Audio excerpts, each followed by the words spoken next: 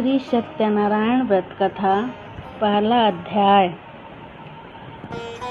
श्री व्यास जी ने कहा, एक समय नैमिषारण्य तीर्थ में शौनक आदि सभी ऋषियों तथा मुनियों ने पुराण शास्त्र के वेत्ता श्री सूत जी महाराज से पूछा। ऋषियों ने कहा, महामुने, किस व्रत अथवा तपस्या से मनोवांछित फल प्राप्त होता है, उसे हम सब सुनना चाहते हैं, आप कहें।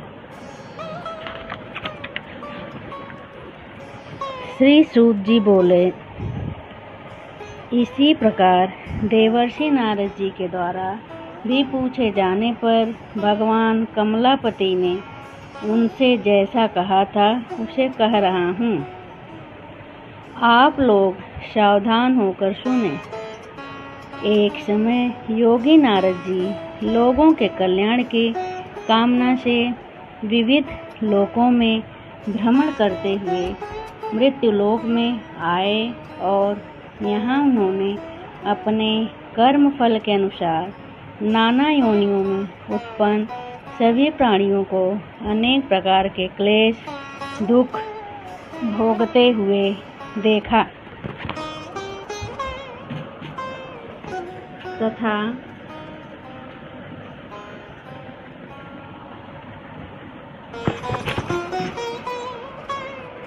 किस उपाय से इनके दुखों का सुनिश्चित रूप से नाश हो सकता है, ऐसा मन में विचार करके वे विष्णु लोक गए।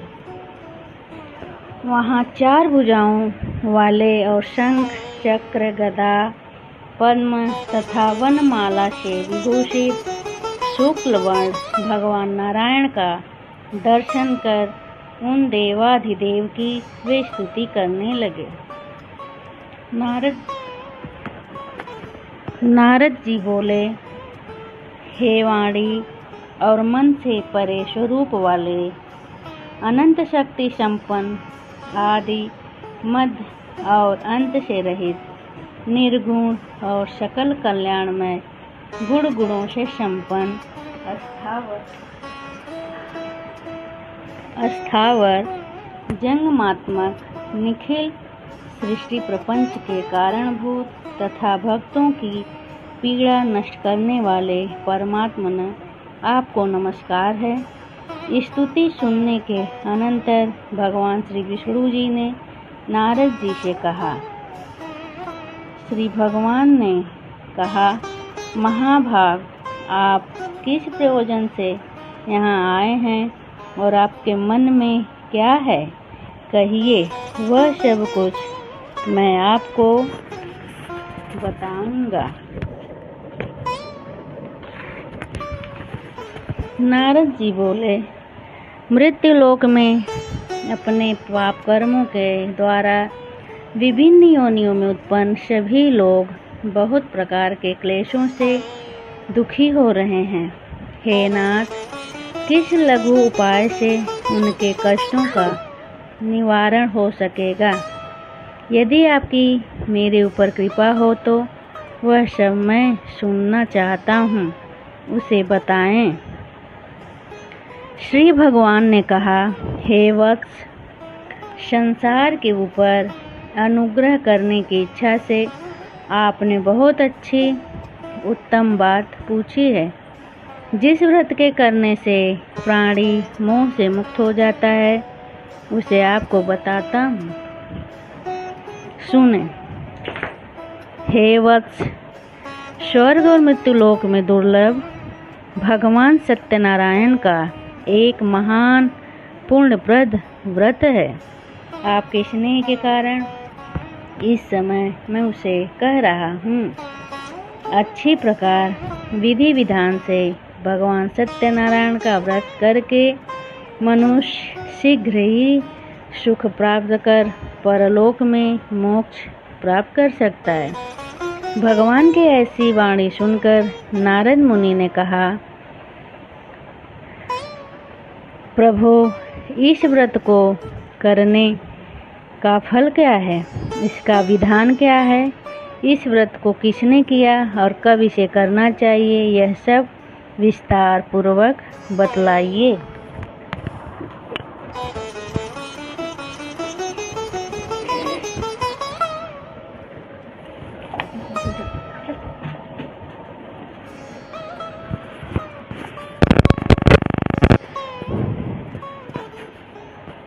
श्री भगवान ने कहा, यह सत्यनारायण व्रत दुख शोक आदि का शमन करने वाला, धन धान्य की वृद्धि करने वाला, सौभाग्य और संतान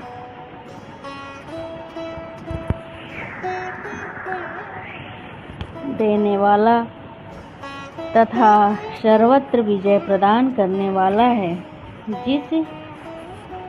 जिस किसी भी दिन भक्ति और श्रद्धा से समन्वित होकर मनुष्य ब्राह्मणों और बंधु बांधवों के साथ धर्म में तत्पर होकर सायंकाल भगवान सत्यनारायण की पूजा करें, नैवेद्य के रूप में उत्तम कोटि के भोजनीय पदार्थ को सवाया मात्र में भक्ति पूर्वक अर्पित करना चाहिए।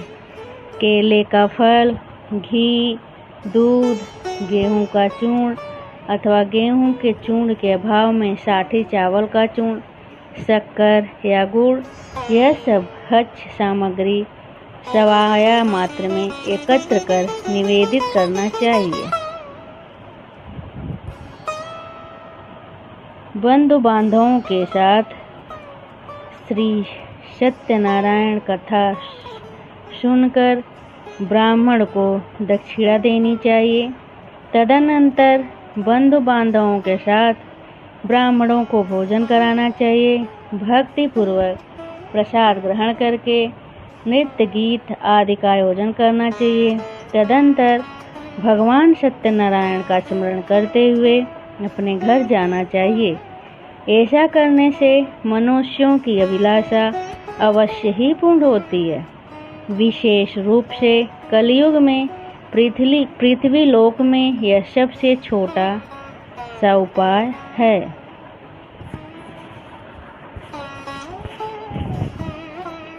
इति श्री स्कंद पुराणे रेवाखंडे श्री सत्यनारायण व्रत कथा प्रथमो अध्याय।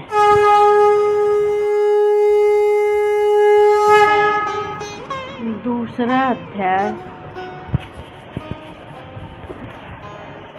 श्री सूत जी बोले, हे द्विजो, अब मैं पुनः पूर्व काल में जिसने इस सत्यनारायण व्रत को किया था उसे भली भांति विस्तार पूर्वक कहूँगा। रमणीय काशी नामक नगर में कोई अत्यंत निर्धन ब्राह्मण रहता था। भूख और प्यास से व्याकुल होकर वह प्रतिदिन पृथ्वी पर भटकता रहता था। ब्राह्मण प्रिय भगवान ने उस दुखी ब्राह्मण को देखकर वृद्ध ब्राह्मण का रूप धारण करके उस द्विज से आदर पूर्वक पूछा, हे विप्र, प्रतिदिन अत्यंत दुखी होकर तुम किस लिए पृथ्वी पर भ्रमण करते रहते हो? हे द्विज श्रेष्ठ, यह सब बतलाओ, मैं सुनना चाहता हूँ।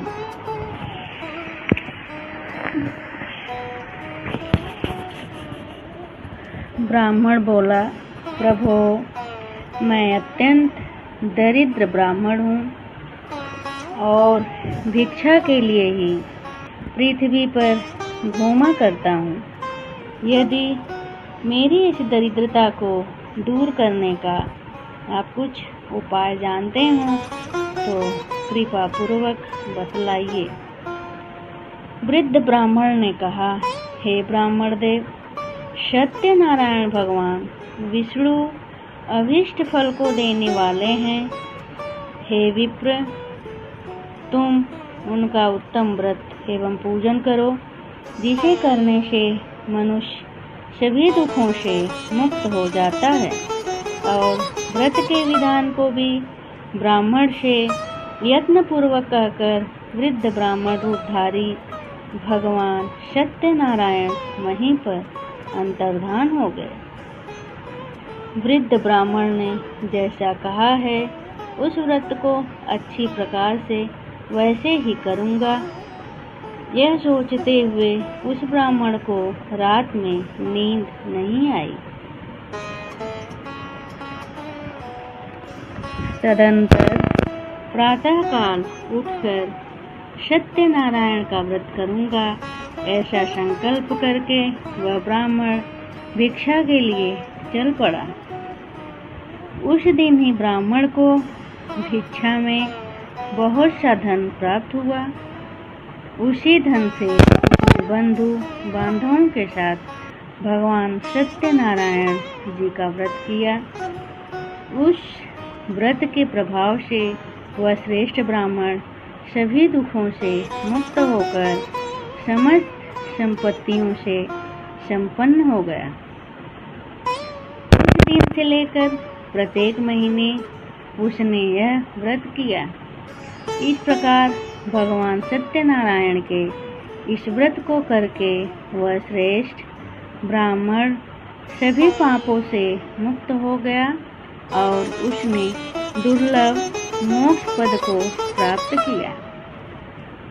हे विप्र, पृथ्वी पर जब भी कोई मनुष्य श्री सत्यनारायण का व्रत करेगा उसी समय उसके समस्त दुख नष्ट हो जाएंगे। हे ब्राह्मणों, इस प्रकार भगवान नारायण ने महात्मा नारद जी से जो कुछ कहा मैंने वह सब आप लोगों से कह दिया।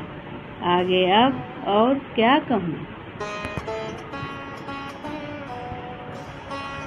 ऋषियों ने कहा, हे मुने, इस पृथ्वी पर उस ब्राह्मण से सुने हुए इस व्रत को किसने किया हम वह सब सुनना चाहते हैं। उस व्रत पर हमारी श्रद्धा हो रही है।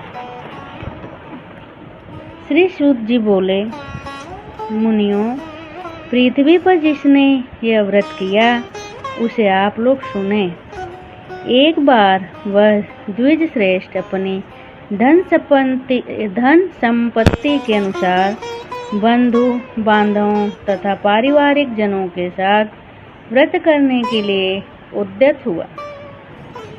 इसी बीच एक लकड़हारा वहां आया और लकड़ी का बाहर रखकर उस ब्राह्मण के घर गया। प्यास से व्याकुल वह उस ब्राह्मण को व्रत करता हुआ देख प्रणाम करके उससे बोला, प्रभो, आप यह क्या कर रहे हैं? इसके करने से किस फल की प्राप्ति होती है? विस्तार पूर्वक मुझसे कहें। विप्र ने कहा, यह सत्यनारायण व्रत है जो सभी मनोरथों को प्रदान करने वाला है। उसी के प्रभाव से मुझे यह सब महान धन धान्य आदि प्राप्त हुआ है। जल पीकर तथा प्रसाद ग्रहण करके वह नगर को चला गया। सत्यनारायण देव के लिए मन से ऐसा सोचने लगा कि आज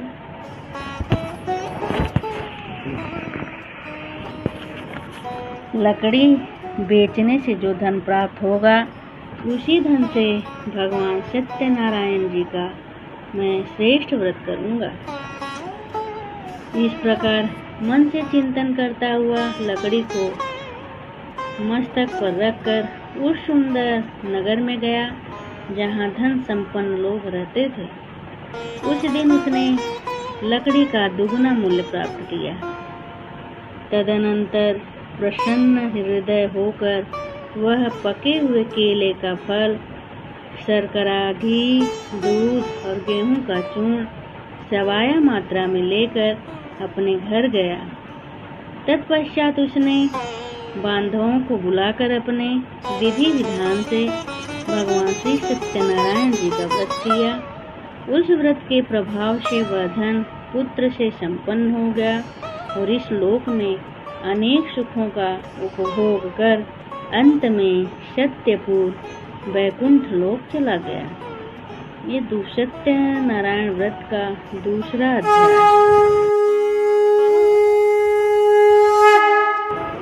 तीसरा अध्याय राजा उल्कामुख, साधु मणिक एवं लीलावती कलावती की कथा। श्री सूत जी बोले, श्रेष्ठ मुनियों, अब मैं पुनः आगे की कथा कहूँगा, आप लोग सुने। प्राचीन काल में उल्कामुख नामक एक राजा था। वह जितेंद्रिय, सत्यवादी तथा अत्यंत बुद्धिमान था। वह विद्वान राजा प्रतिदिन देवालय जाता और ब्राह्मणों को धन देकर संतुष्ट करता था। कमल के समान मुख वाली उसकी धर्मपत्नी शील, विनय एवं सौंदर्य आदि गुणों से संपन्न तथा पतिपरायणा थी। राजा एक दिन अपनी धर्मपत्नी के साथ भद्रशिला नदी के तट पर श्री सत्यनारायण व्रत कर रहे थे। उसी समय व्यापार के लिए अनेक प्रकार की पुष्कल धनराशि से संपन्न एक साधु वणिक वहां आया। भद्रशिला नदी के तट पर नाव को स्थापित कर वह राजा के समीप गया और राजा को उस व्रत में दीक्षित देखकर विनय पूर्वक पूछने लगा। साधु ने कहा, राजन, आप भक्ति युक्त चित्त से यह क्या कर रहे हैं? कृपया यह सब बताइए, इस समय मैं सुनना चाहता हूँ। राजा बोले, हे साधु, पुत्र आदि की प्राप्ति की कामना से अपने बंधु बांधवों के साथ मैं अतुल तेज संपन्न भगवान विष्णु का व्रत एवं पूजन कर रहा हूँ। राजा की बात सुनकर साधु ने आदर पूर्वक कहा, राजन, इस विषय में आप मुझे सब कुछ विस्तार से बतलाइए। आपके कथनानुसार मैं व्रत एवं पूजन करूंगा। मुझे भी संतति नहीं है, इससे अवश्य संतति प्राप्त होगी। ऐसा विचार कर वह व्यापार से निवृत्त हो आनंद पूर्वक अपने घर आया। उसने अपनी भार्या से संतति प्रदान करने वाले इस सत्यव्रत को विस्तार पूर्वक बताया तथा जब मुझे संतति की प्राप्ति होगी तब मैं इस व्रत को करूंगा। इस प्रकार उस साधु ने अपनी भार्या लीलावती से कहा।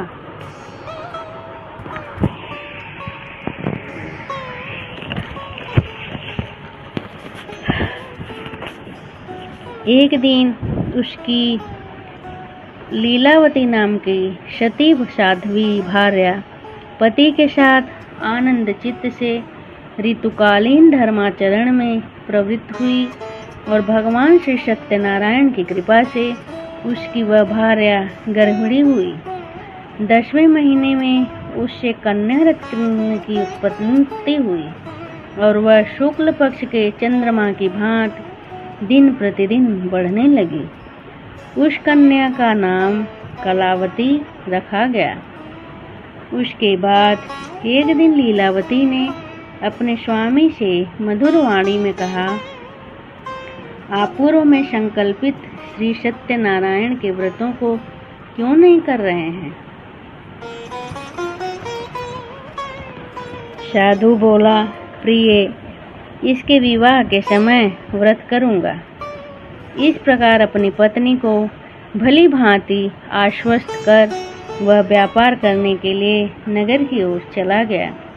इधर कन्या कलावती पिता के घर में बढ़ने लगी।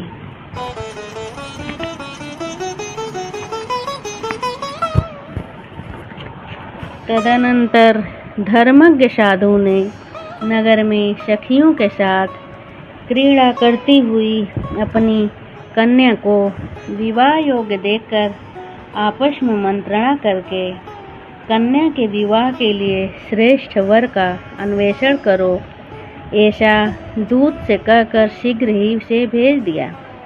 उसकी आज्ञा प्राप्त करके दूत कांचन नामक नगर में गया और वहां से एक वणिक का पुत्र ले आया।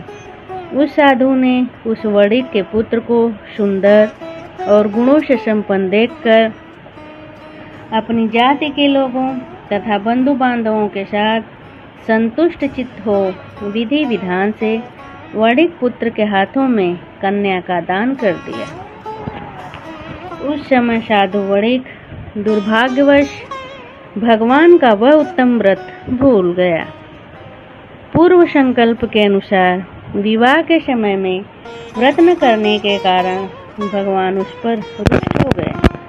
कुछ समय के पश्चात अपने व्यापार कर्म में कुशल व साधु वणिक काल की प्रेरणा से अपने दामाद के साथ व्यापार करने के लिए समुद्र के समीप स्थित रत्नसारपुर नामक सुंदर नगर में गया और अपने श्री संपन्न दामाद के साथ वहां व्यापार करने लगा।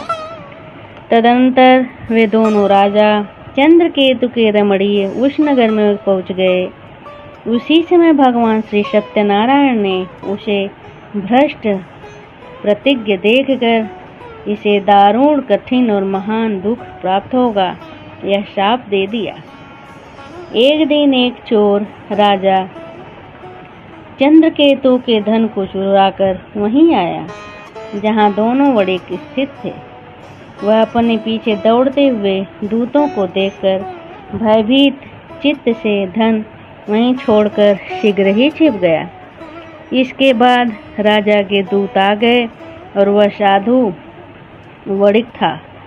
वहां राजा के धन को देखकर वे दूत उन दोनों वणिक पुत्रों को बांधकर ले आए और हर्षपूर्वक वे राजा से बोले, प्रभु, हम 2 चोर पकड़ लाए हैं, इन्हें देखकर आप आज्ञा दें।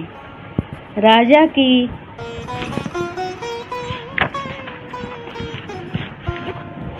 आज्ञा से दोनों शीघ्र ही दृढ़तापूर्वक बांधकर बिना विचार किए महान कारागार में डाल दिए गए।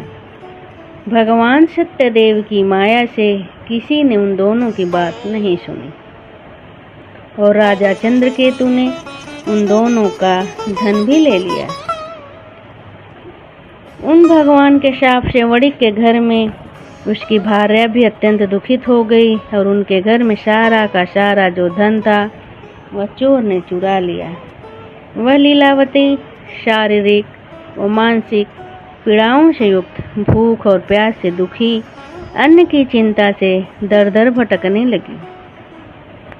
कलावती कन्या भी भोजन के लिए इधर उधर प्रतिदिन घूमने लगी। एक दिन क्षुधा से पीड़ित वह कलावती एक ब्राह्मण के घर गई। वहां जाकर उसने श्री सत्यनारायण के व्रत पूजन को देखा।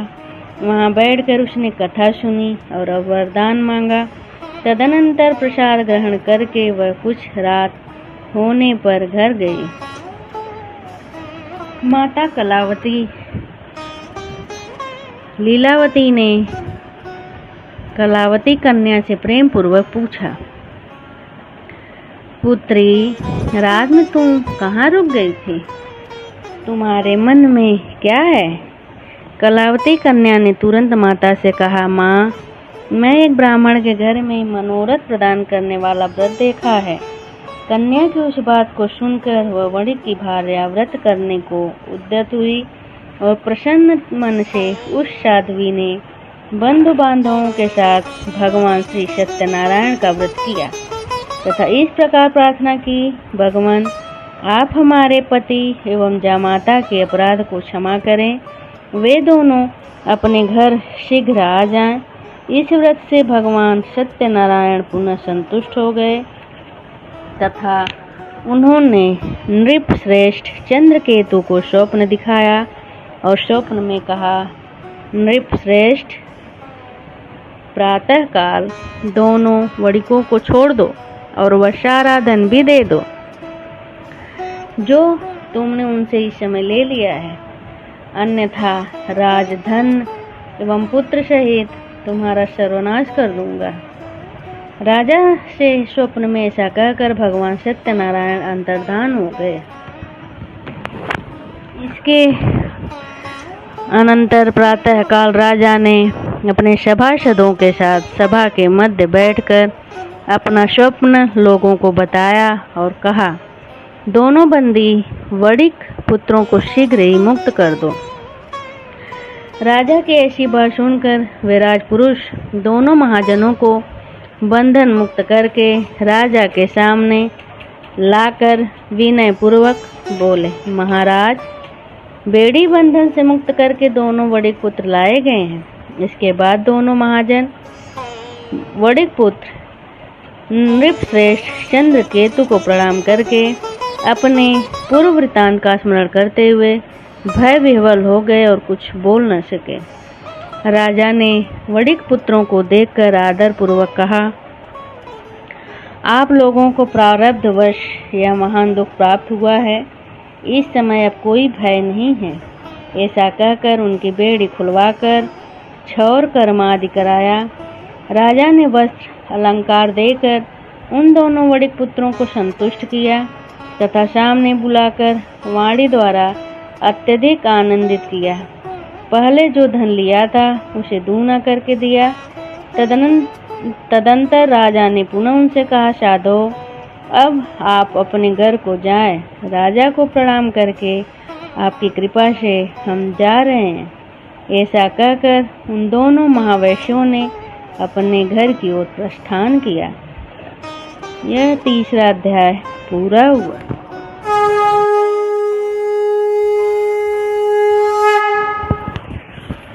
चौथा अध्याय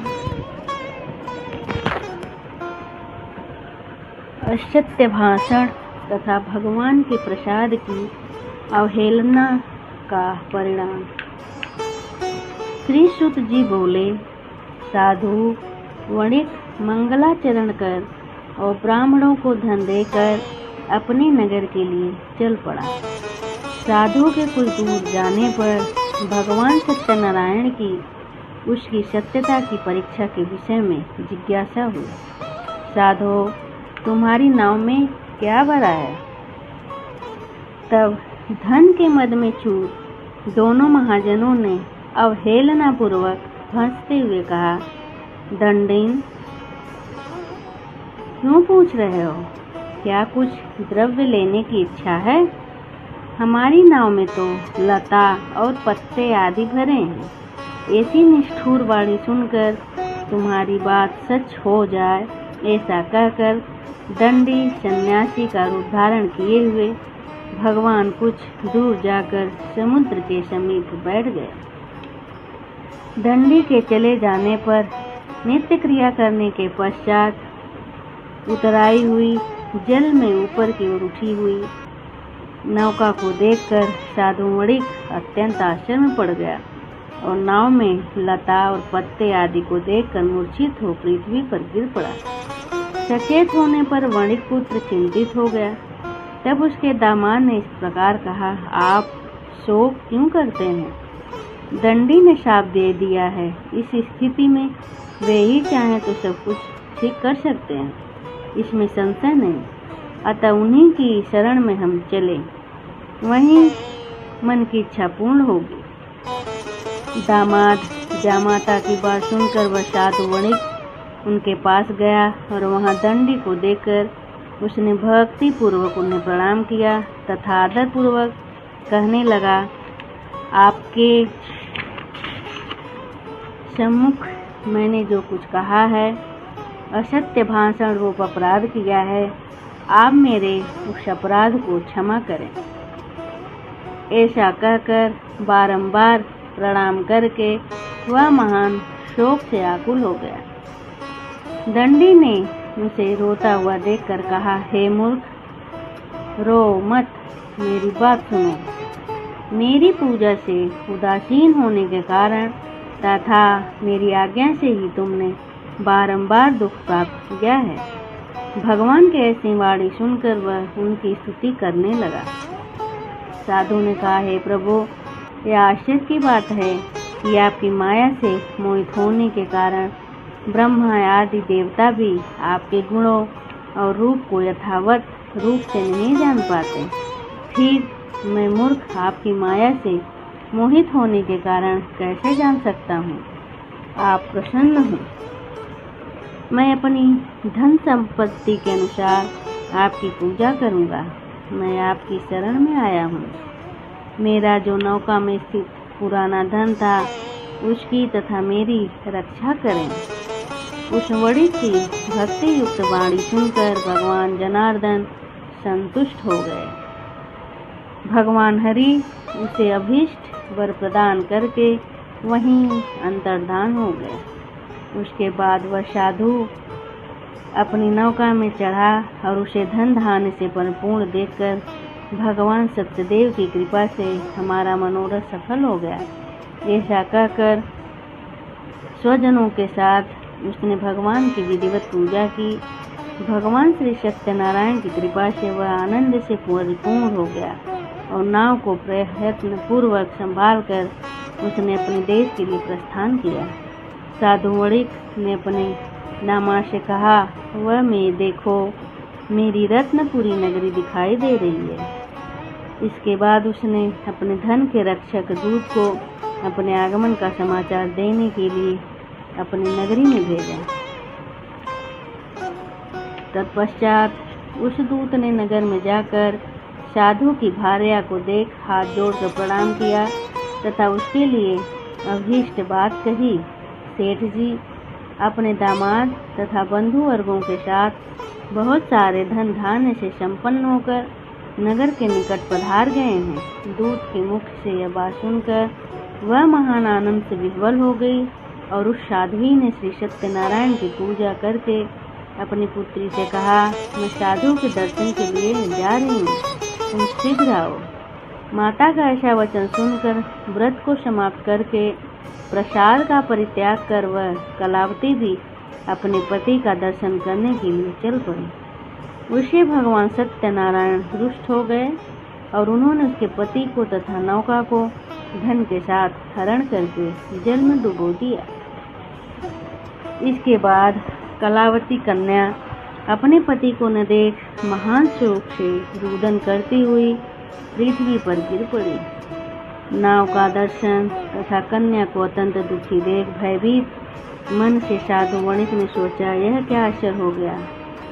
नाव का संचालन करने वाले भी सभी चिंतित हो गए।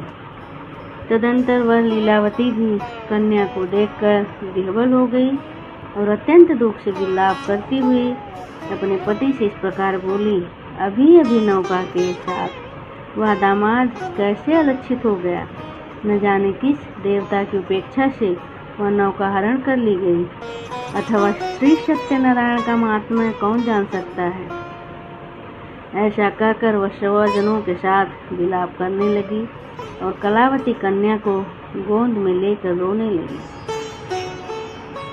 कलावती कन्या भी अपने पति के नष्ट हो जाने पर दुखी हो गई और पति की पादुका लेकर उनका अनुगमन करने के लिए उसने मन में निश्चय किया। कन्या के इस प्रकार के आचरण को देख भार्या सहित वह धर्म के साधु वणिक अत्यंत शोक संतप्त हो गया और सोचने लगा, या तो भगवान सत्यनारायण ने यह दामाद के साथ धन धान्य से भरी इस नौका का अपहरण किया है, अथवा हम सभी भगवान सत्यदेव की माया से मोहित हो गए हैं। अपनी धन शक्ति के अनुसार मैं भगवान सत्यनारायण की पूजा करूंगा। सभी को बुलाकर इस प्रकार कहकर उसने अपने मन की इच्छा प्रकट की और बारंबार भगवान सत्यदेव को दंडवत प्रणाम किया। इससे दिनों के परिपालक भगवान सत्यदेव प्रसन्न हो गए। भक्त वत्सल भगवान ने कृपा पूर्वक कहा, तुम्हारी कन्या प्रसाद छोड़कर अपने पति को देखने चली आई है। निश्चित ही इसी कारण उसका पति अदृश्य हो गया है। यदि घर जाकर प्रसाद ग्रहण करके वह पुनः आए तो ये हे साधो, तुम्हारी पुत्री पति को प्राप्त करेगी, इसमें संशय नहीं। कन्या कलावती भी आकाश मंडल से ऐसी वाणी सुनकर शीघ्र ही घर गई और उसने प्रसाद ग्रहण किया। पुनः आकर स्वजनों तथा अपने पति को देखा। तब कलावती कन्या ने अपने पिता से कहा, अब तो घर चलें, विलम्ब क्यों कर रहे हैं। कन्या की वह बात सुनकर वणिकपुत्र संतुष्ट हो गया और विधि विधान से भगवान सत्यनारायण का पूजन करके धन तथा बंधु बांधवों के साथ अपने घर गया। वह तदंतर पूर्णिमा तथा संक्रांति पर्वों पर भगवान सत्यनारायण का पूजन करते हुए इस लोक में सुख भोग कर अंत में वह सत्यपुर वैकुंठ लोक में चला गया। श्री सत्यनारायण व्रत चौथा अध्याय। पांचवा अध्याय राजा तुंगध्वज और गोपगणों की कथा। श्री सूत जी बोले, श्रेष्ठ मुनियों, अब इसके बाद मैं दूसरी कथा कहूँगा, आप लोग सुनो। अपनी प्रजा का पालन करने में तत्पर तुंगध्वज नामक एक राजा था। उसने सत्यदेव के प्रसाद का परित्याग करके दुख प्राप्त किया। एक बार वह वन में जाकर और वहाँ बहुत से पशुओं को मारकर वट वृक्ष के नीचे आया। वहाँ उसने देखा कि गोपगण बंधु बांधवों के साथ संतुष्ट होकर भक्ति पूर्वक भगवान सत्यदेव की पूजा कर रहे हैं। राजा यह देखकर भी अहंकारवश न तो वहाँ गया और न ही उसने भगवान सत्यनारायण को प्रणाम ही किया। इसके बाद पूजन के अनंतर सभी गोपगण भगवान का प्रसाद राजा के समीप रखकर वहाँ से लौट आए और इच्छानुसार उन सभी ने भगवान का प्रसाद ग्रहण किया। उधर राजा को प्रसाद का परित्याग करने से बहुत दुख हुआ। उसका संपूर्ण धन धान एवं सभी 100 पुत्र नष्ट हो गए।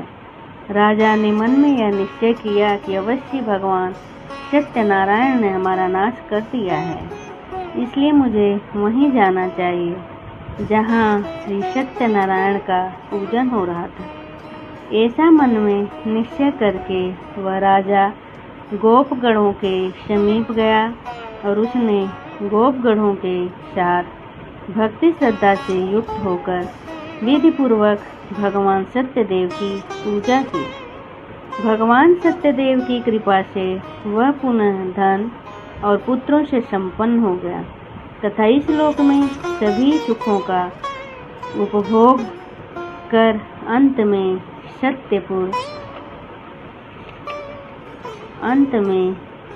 सत्यपुर वैकुंठ लोक को प्राप्त हुआ। श्री सूत जी कहते हैं, जो व्यक्ति इस परम दुर्लभ श्री सत्यनारायण जी के व्रत को करता है और पुण्यमयी तथा फलदायिनी भगवान की कथा को भक्ति युक्त होकर सुनता है, उसे भगवान सत्यनारायण जी की कृपा से धन धान्य आदि की प्राप्ति होती है। दरिद्र धनवान हो जाता है, बंधन में पड़ा हुआ बंधन से मुक्त हो जाता है, डरा हुआ व्यक्ति भय से मुक्त हो जाता है।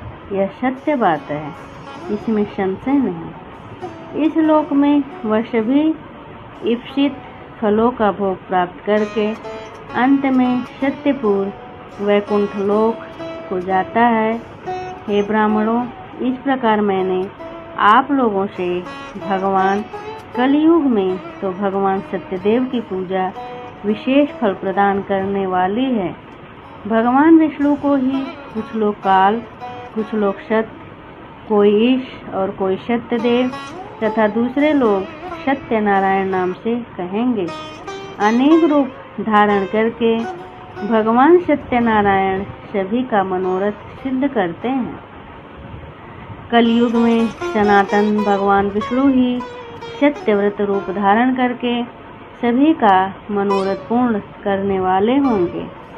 हे श्रेष्ठ मुनियों, जो व्यक्ति नित्य भगवान सत्यनारायण की इस व्रत कथा को पढ़ता है, सुनता है, भगवान सत्यनारायण की कृपा से उसके सभी पाप नष्ट हो जाते हैं। हे मुनीश्वरों, पूर्व काल में जिन लोगों ने भगवान सत्यनारायण का व्रत किया था, उनके अगले जन्म का वृतांत कहता हूँ, आप लोग सुने। महान प्रज्ञा संपन्न सतानंद नाम के ब्राह्मण सत्यनारायण का व्रत करने के प्रभाव से दूसरे जन्म में सुदामा नामक ब्राह्मण हुए और इस जन्म में भगवान श्री कृष्ण का ध्यान करके उन्होंने मोक्ष प्राप्त किया। लकड़हारा भील गुहों का राजा हुआ और अगले जन्म में उसने भगवान श्री राम की सेवा करके मोक्ष प्राप्त किया। महाराज उल्कामुख दूसरे जन्म में राजा दशरथ हुए, जिन्होंने श्री रंगनाथ की पूजा करके अंत में वैकुंठ प्राप्त किया। इसी प्रकार धार्मिक और सत्यव्रती साधु पिछले जन्म के सत्यव्रत के प्रभाव से दूसरे जन्म में मोरध्वज नाम का राजा हुआ। उसने आरे से चीर कर अपने पुत्र की आधी देह भगवान विष्णु को अर्पित कर मोक्ष प्राप्त किया। महाराज तुंगध्वज जन्मांतर में स्वयंभुव मनु हुए और भगवत बंदे संपूर्ण कार्यों का अनुष्ठान करके वैकुंठ लोक को प्राप्त हुए। जो गोपगण थे वे सब जन्मांतर में ब्रजमंडल में निवास करने वाले गोप हुए और सभी राक्षसों का संहार करके उन्होंने भी भगवान का शाश्वत धाम गोलोक प्राप्त किया। श्री सत्यनारायण व्रत कथा का यह 5वां अध्याय पूरा हुआ। श्री हरि तत्सत।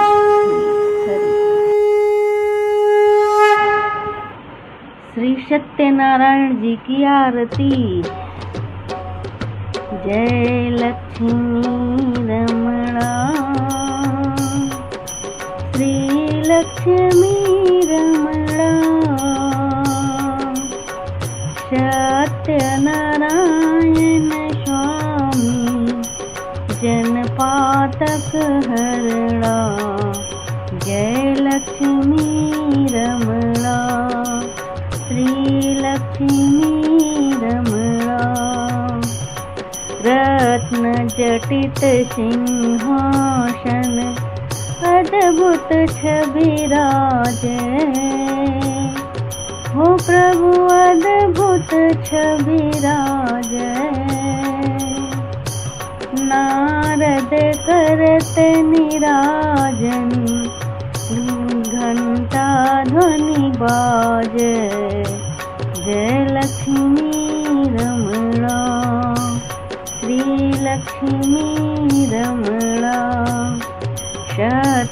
सत्यनारायण स्वामी जनपातक हरणा।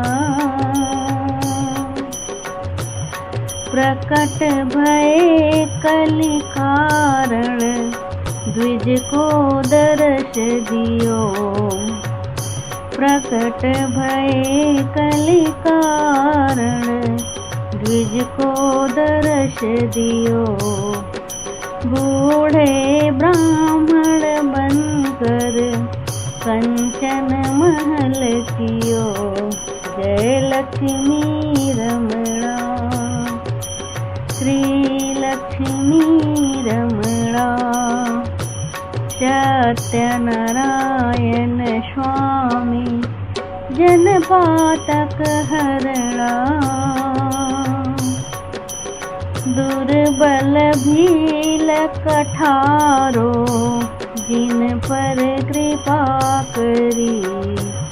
ओ प्रभु जिन पर कृपा करी। चंद्रसूल एक राजा जिनके विपत्ति हरी। हो प्रभु जिनके विपत्ति हरी। जय लक्ष्मी रमणा, ओ श्री लक्ष्मी रमणा। सत्यनारायण स्वामी जनपातक हरणा। ओ स्वामी जनपातक हरणा। वैश्य मनोरथ पायो श्रद्धा तज दीनी। ओ प्रभु श्रद्धा तज दीनी।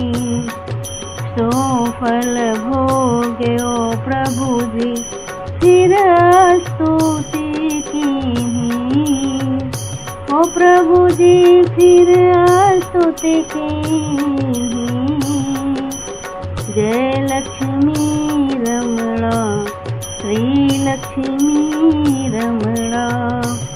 सत्यनारायण स्वामी जनपातक हरणा, ओ स्वामी जनपातक हरणा।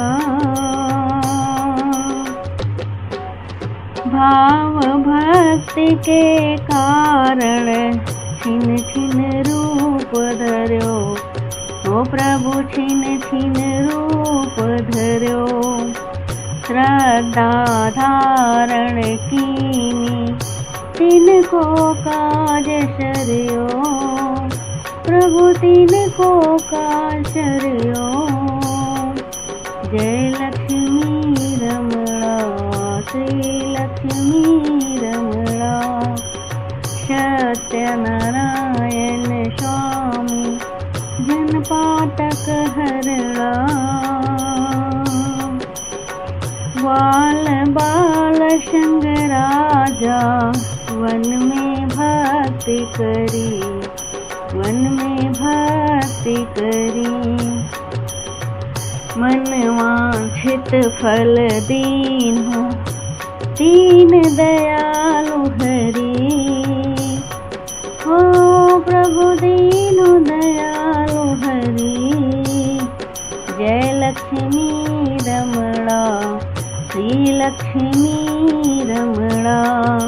सत्यनारायण स्वामी जनपातक हरणा। चढ़त प्रसाद सवायो, कदली फल मेवा, कदली फल मेवा। धूप दीप तुलसी से राजी सत्य देवा, हो प्रभु राजी सत्य देवा। जय लक्ष्मी रमणा, श्री लक्ष्मी रमणा। सत्यनारायण स्वामी जनपातक हरणा, ओ स्वामी जनपातक हरणा। सत्यनारायण जी की आरती जो कोई गावे, तन मन सुख संपत्ति मन वांछित फल पावे। हो मन वांछित फल पावे। जय लक्ष्मी रमणा, श्री लक्ष्मी रमणा। सत्यनारायण स्वामी जनपातक हरणा, हो स्वामी जनपातक हरणा। हो स्वामी जनपातक हरणा।